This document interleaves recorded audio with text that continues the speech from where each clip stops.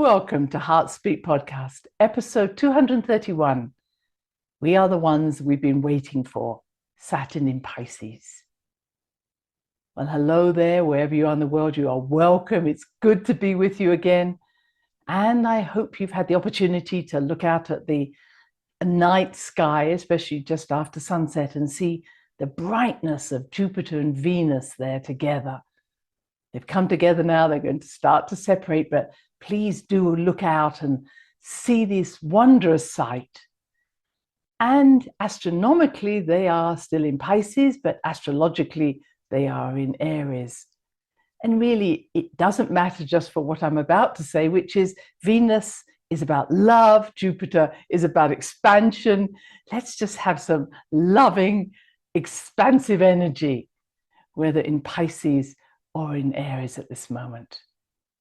And I think it's connecting us in a way that is really part of what I want to talk about today, Saturn in Pisces. We're going to be spending more time looking out into the stars, which is a Piscean experience, or wondering who's out there, what's in here, who am I, where am I going, where are we going? Because Saturn in Pisces is very much about exploring these realms of the unlimited world, exploring the mysteries. And this week, with Saturn going into Pisces, after its 3 years there in Aquarius, it's on the 7th of March, it will continue going through Pisces until the beginning of February 2026. And this is a major event and is occurring exactly the same time that we have a full moon there in Virgo on the 7th or so of March. And then we have other things happening. This next week, we have Chiron and Jupiter coming together, the woundedness with our expansiveness. I want to talk about all these things. And in future podcasts, I know I'll be talking more about Pluto in Aquarius. But this is a major shift in our consciousness. Even though Saturn, as I've mentioned before, can be feeling like limitations or boundaries or structures, but it's also about focus, attention, paying attention. And we are going to be paying attention to these Piscean issues over the next 3 years, collectively, personally, globally, universally. So that's why I want to spend this time talking about it. Let me take a few steps back. So as I've mentioned, Venus and Jupiter being together, and astrologically they're there in Aries. And Aries is about adventure, new beginnings, starting new ideas. So this might be a great time to start new projects, get your teeth into something you've only been dreaming about, Pisces. Now we're in Aries, action. So very much taking action for something that's just been a dream. At the same time, Aries is about war and the hero and starting out as the hero. Let's go to war. Let's go and do this thing. And I've mentioned this before. But with Jupiter coming close and conjunct with Chiron, the wound, I also think this is a time where our woundedness is going to be exaggerated and expanded. So Jupiter expands everything it touches. And if Chiron is in Aries, which is, as I say, connected with adventure, but also war, Jupiter is expanding our awareness of our woundedness. So this week, I'm listening to those warmongers who want to go to war, really just because it suits their needs. And you might say, no, they're trying to help others. But so rarely do we actually hear the effects of the people, the families, the women, the children. I don't want to hear about the soldiers. I want to hear about the people who are struggling because somebody's made this decision that they need to go to war. And so when we are looking, and I think this is what's going to happen, there's this call for war, and there's also a need to look at the woundedness of war. And I think that's going to happen over these next few weeks, where people hopefully are are going to come together and say, we've been through wars, we've been through tragedies. This hasn't resolved anything. And whether you're interested or affected by this, we also need to look at the wars that have taken place inside us. So where are we wounded by our own adventurous self, or where have we been wounded by not feeling that we're enough? Because Aries is also about discovering ourselves and being strong in ourselves. Where are we constantly coming up short in our own minds?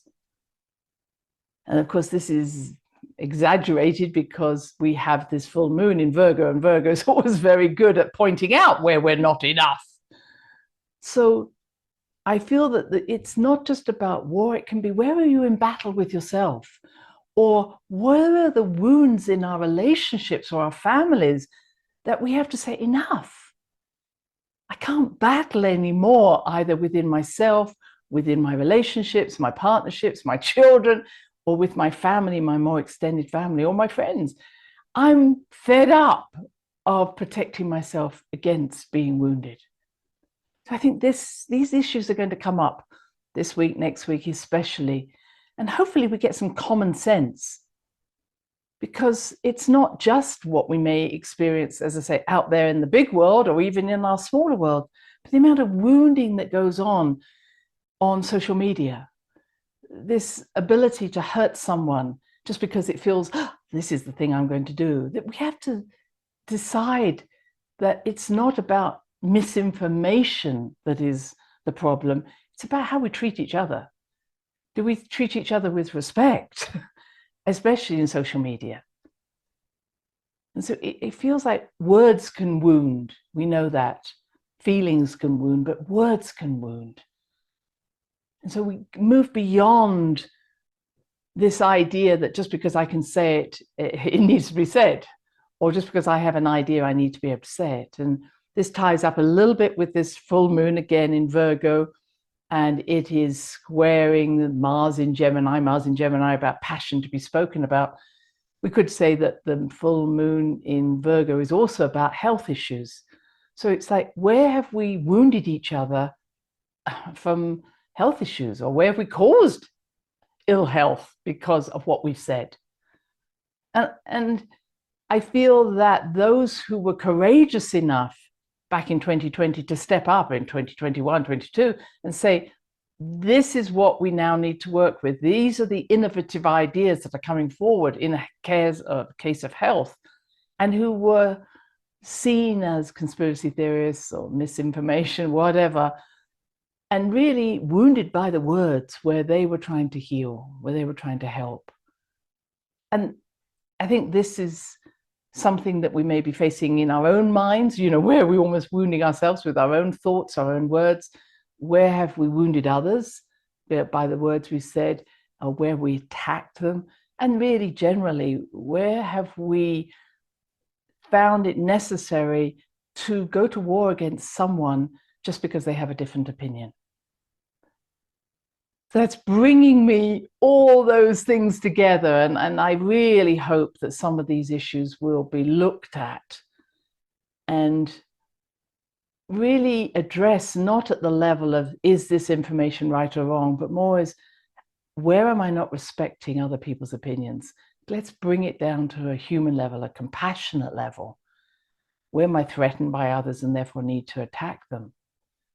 And this brings me, therefore, to the full moon here in Virgo on the 7th of March. And Virgo is often seen as the perfectionist, the critical one. Again, we can be critical of others, we can be critical of ourselves. But it ties in very much to what I was speaking about last week with the dolphins. And I've spent quite a lot of time really contemplating and working on myself, looking at, where are my actions and my words influenced by my beliefs? And they can be beliefs about somebody else, but more often they're beliefs of myself. So instead of just taking an action, or maybe something goes wrong, I immediately beat up on myself because I have my Virgo ascendant. So where are my beliefs about myself getting in the way of being not just spontaneous, but really present? Where am I filtering my thoughts? And so I feel that this full moon is allowing us all to say, what are the filters I want to get rid of? So it might be clearing out your house, but it might be also clearing out all the shoulds and the musts that make you believe you're going to be a better person. So it can be, well, if I don't know, if I read this book, I'll be a better person. If I attend this conference, I'll be a better person. If I take that exam, I'll be a better person. If I dress in this way, I'll be a better person. This is really what Virgo's looking at for this full moon. What actions are we taking based on a belief that we're inadequate, or that we're not good enough, or we're not lovable enough, etc., etc.? Maybe, holding on to old ideas that I'll be guilty if something goes wrong. It's all my fault. So I'm just putting that idea out for you, because I've certainly seen that in my own life just in the last few days, where events have happened and immediately I've taken them on as if someone was attacking me, which was so untrue. That wasn't what was happening, but they just fed into an old belief. So I'm really telling you this from a very honest place, that when I looked at those emails, let's say, there was nothing in them that was not pleasurable and loving, but it was where I was at that moment. So trying to understand that the higher essence of Virgo is compassion, and that when we have compassion with ourselves, we therefore can share it with others. And compassion is not like, oh, I just love you, whatever you do. It's more like, in my unconditional loving, I'm going to be honest, but I'm also going to not come from my own woundedness, my own beliefs of not being enough. So when I'm full of myself, as the dolphins would say, I can allow you to be the same, and we can have an interaction based on that. So I just loved what the dolphins said. It wasn't about, oh, I love you, you love me. It was about, I am the best that I can be in this moment. I'm asking you to do the same. How we interact, that's another story, but it's not based on my fears, my disillusionment, my failures. So that's tying together two different issues there. So I've talked about the woundedness, I've talked about the compassion, and the the full moon on the 7th. So now let's move into the Saturn in Pisces. And as I know, I've already spoken about this several times, but it is a major change for us. And I think it has so many warning signs as well as so many wonderful opportunities. Saturn, as I say, the restrictor, the limiter, the structurer, but also the focuser. Pisces, unlimited, mystery, engaging, creative, oneness. So Saturn is going to somewhat limit that belief that we are unlimited, etc. So on one level, we could say, oh, that's not so good. But I think, as I've mentioned before, Saturn in Pisces is going to bring spiritual integrity to our actions. And that's going to be asking us, what is our intention behind what we're doing? I've mentioned this before. But let's just look at it in other ways. So Pisces is a water sign. So we could see Saturn in Pisces being very associated with water issues. And of course, in East Palestine, they have a lot of issues with water at this moment, as do other cultures where they're seeing too much water. And then we can see in other places there's not enough water. So it's going to be about water rights. Who has the right to own this water? Who owns the river? Who owns the dam? Do we have a right to put a dam in? Who owns the ocean? Who owns, etc.? And I think we're going to see a lot of that over the next 2 or 3 years. And I think we'd all be amazed how much these are political and corporate beliefs that anybody should own water. I know where we used to live above San Francisco, I couldn't believe that there was a small family who owned the water that came to us. In terms of why should we know who owns the water? Should anybody own the water? And if so, what rights do they have to do that? And I know that for certain countries which are more landlocked, their water supply is very limited by whoever it is that's going to allow them to have it. And I remember someone telling me that was true of Israel. So again, we're going to be seeing issues where water, of course, is such a primary need for all of us, but who owns it? And do they have a right to? And how do we find a right balance? The next thing about water is that we're going to be looking at water in terms of the fluoride in it.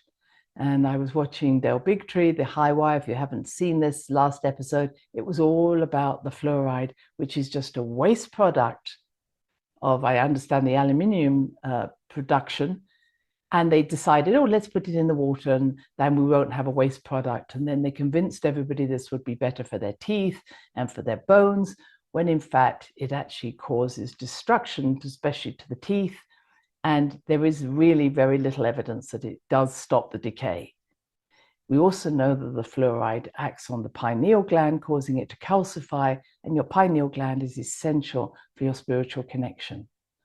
So actions are taking place where all the studies are in place, and now we need to act on the fact that there's so much fluoride, whether it's in your toothpaste, whether it's in your drinking water, etc. We need to take this out of the water. It is not healthy. It's even been seen, as I know, that may be a contributing factor to breast cancer. So water is going to be a major issue. Also exciting things coming out of water, how we understand the mechanism of water being 70%, we're 70%. So the crystallization of water, the frequency of water, how the hydrogen bonds in water change according to what's going on in our bodies. I think we're going to see a lot about water, the deep waters, for instance, in deep under the mantle. There's a lot of water there. They say there's more than there are in the oceans. Again, I think we're going to see a lot of talk around water. And rightly or wrongly, there's going to be Saturn saying, who controls this? Who has a right to it? Why are we doing this? So again, almost integrity in water. Pisces also rules the feet. So I'm not sure how that comes about, but you may find, if you have very strong Piscean energies, your feet that are always the problem. And Pisces is also about, the sky. Pisceans love looking out into the sky at night. So I think we're going to get more information about ETs, UFOs, star beings, star seeds. As you know, I love talking about star arcs. And I think that all of these things are going to become more pertinent. And maybe Saturn on one level will say, oh, rubbish, we won't talk about that. On another level, it might be, let's explore this. So let's actually do a project to find out whether this is true. So I think we're going to see a lot of that there, while at the same time, I do believe we will see those who prefer that we don't make contact with our greater beingness, try and say, we'll shoot them down or we'll get rid of them. Again, we're going to see a bit of both. Now, Pisces is also to do with addiction and illusion and mental illness, unfortunately. And this really brings me into the realms of the increased use of different mind-altering drugs that I've mentioned before. I think we're going to really have to see some really good structures being put in place so that this isn't just widespread. I listened to someone talk about how they were taking small doses of ketamine, which is a very strong mind-altering drug or anesthetic. And they said, oh, it's okay to take it. Well, you can't just one person say, take this, and it's all going to be fine. We know that about the vaccines, about drugs. Women do not break down drugs as easy as men do. We just don't have the enzymes in our livers. I think we have to be really careful. And so someone just saying, hey, it's going to be fine because it's okay with me, that's not okay. And that's the same going to be about alcohol. I think we're going to see more and more people say, oh, you can just have alcohol when you like, or you can take your LSD when you like, you can take your cocaine when you like, microdoses, it won't affect you. Please, everybody is different. And I saw when I was a young doctor in the hospital we were in, where we were working with liver transplants, I saw children dying of cirrhosis of the liver because their parents had just said, hey, just keep drinking. No, the other siblings might have been fine, but not everybody is the same. And I see this maybe becoming, as I've said before, a sort of cultish experience. Join us and be part of our group by taking whatever, again, ayahuasca, any of them. Please do it with your own intention about why you're doing it. Do not be persuaded that just because someone else is telling you this is going to be okay, it will be.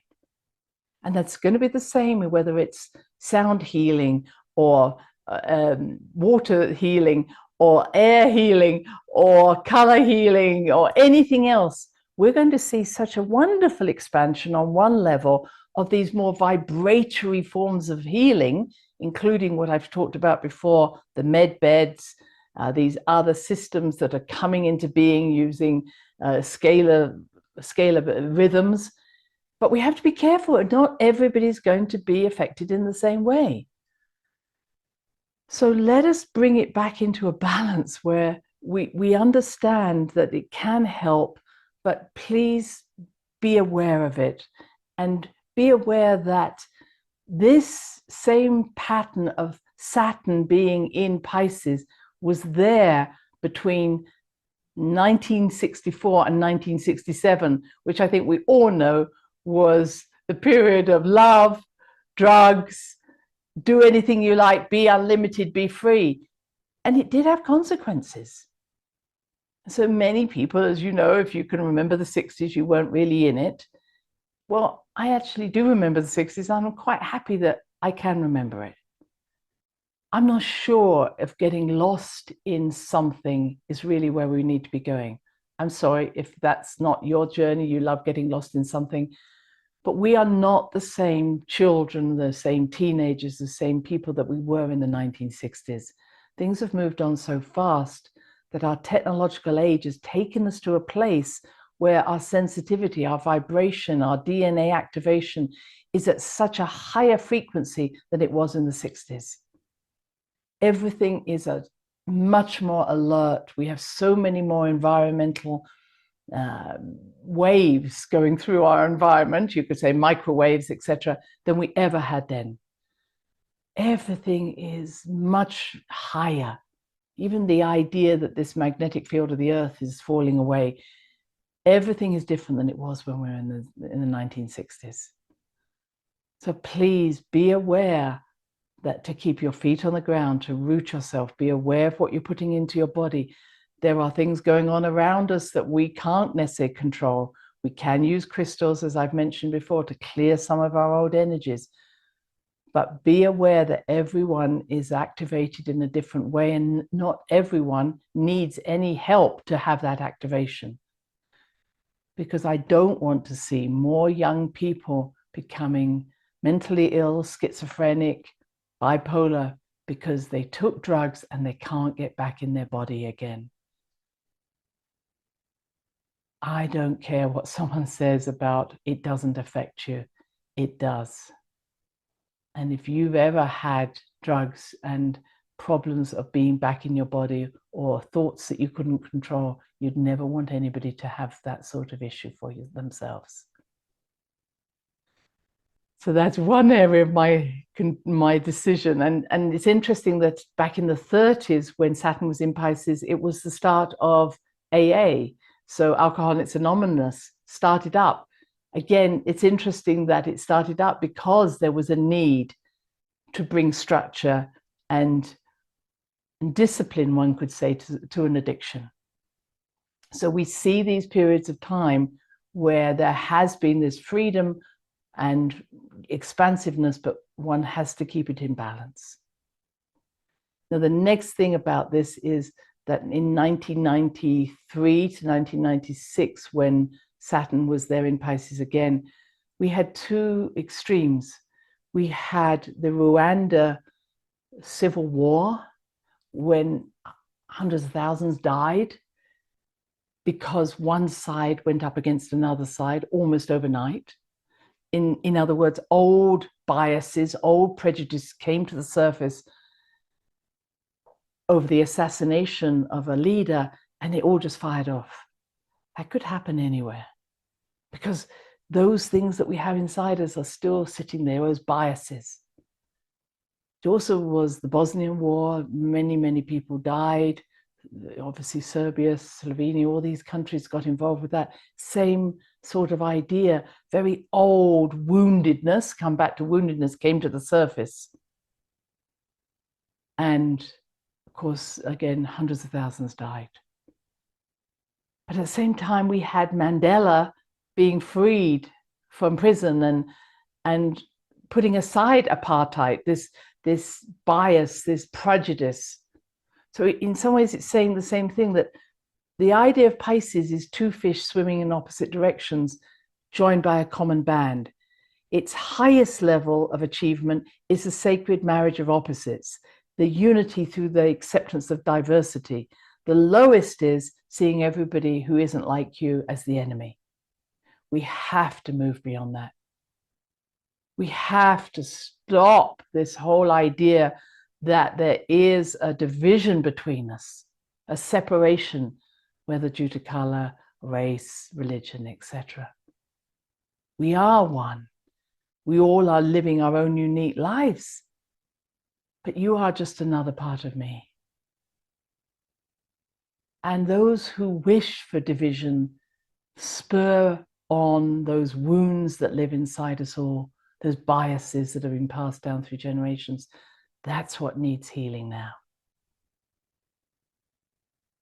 And I just have to mention at that point that what we call the Mandela effect. You may have heard of it. You ask different people about what happened to Mandela. One group remember him walking free and becoming the president. Another group will say he never became free and he's still a prisoner, or he died in prison. It's called the Mandela effect. It's just how mythologies are built on our biases.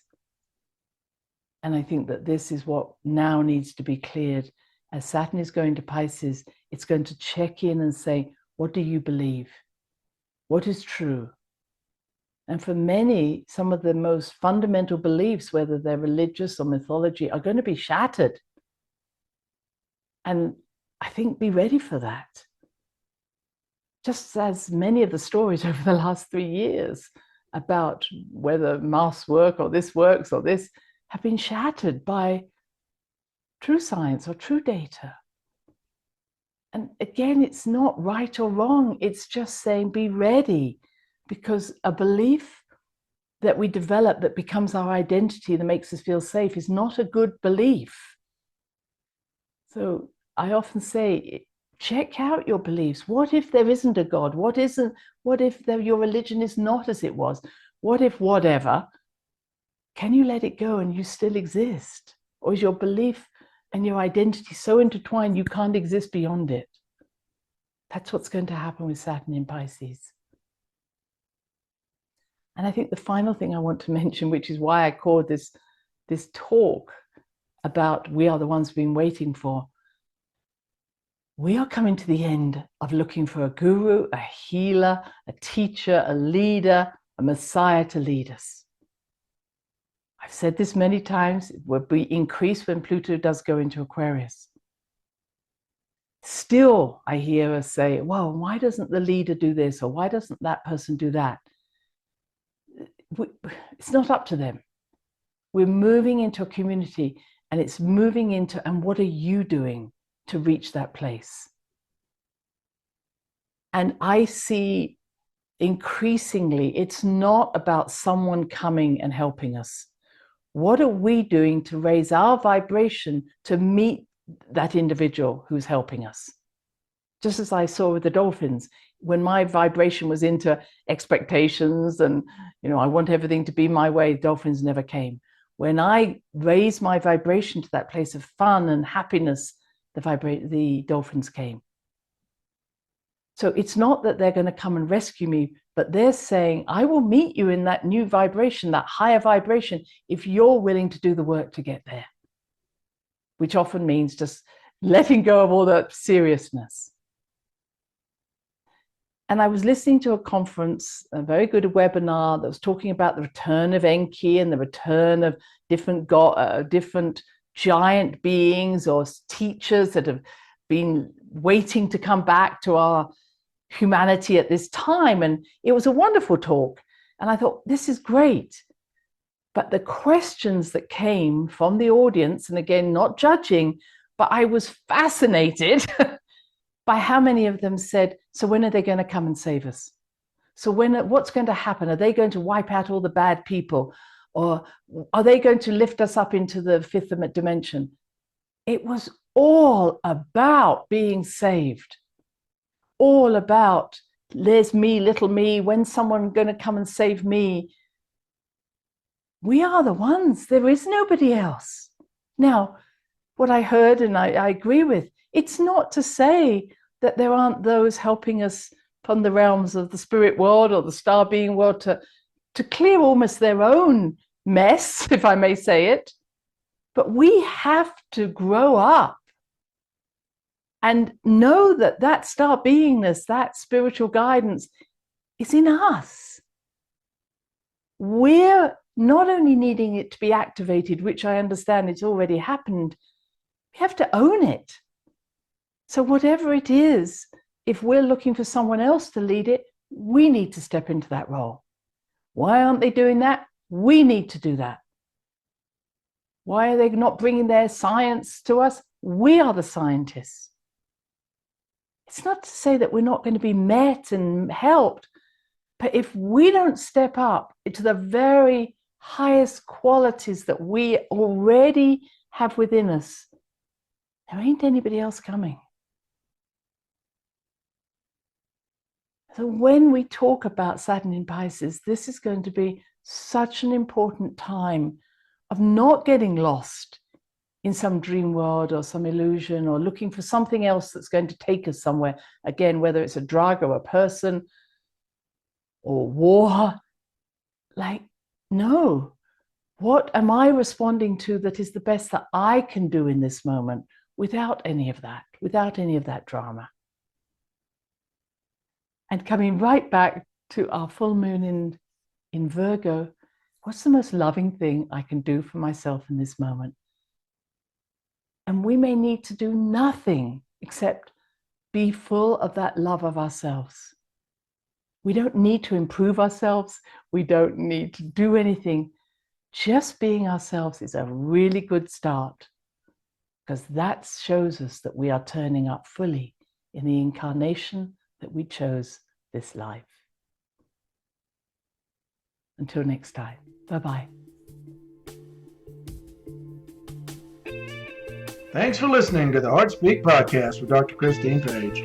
Please check out all Heart Speak episodes in the podcast archive section on www.christinepage.com. Heart Speak is also available on iTunes, Spotify, Google Podcasts, Stitcher Radio, and now playing on Amazon Music and iHeart Radio. You can also watch the archive podcast on Christine's channel, on YouTube, and now on Rumble. Connect with Christine on Instagram, LinkedIn, and Facebook, including her newest Facebook group, The Great Mother Calling. Do share with family, friends, colleagues. Join us next time for another edition of Heart Speak.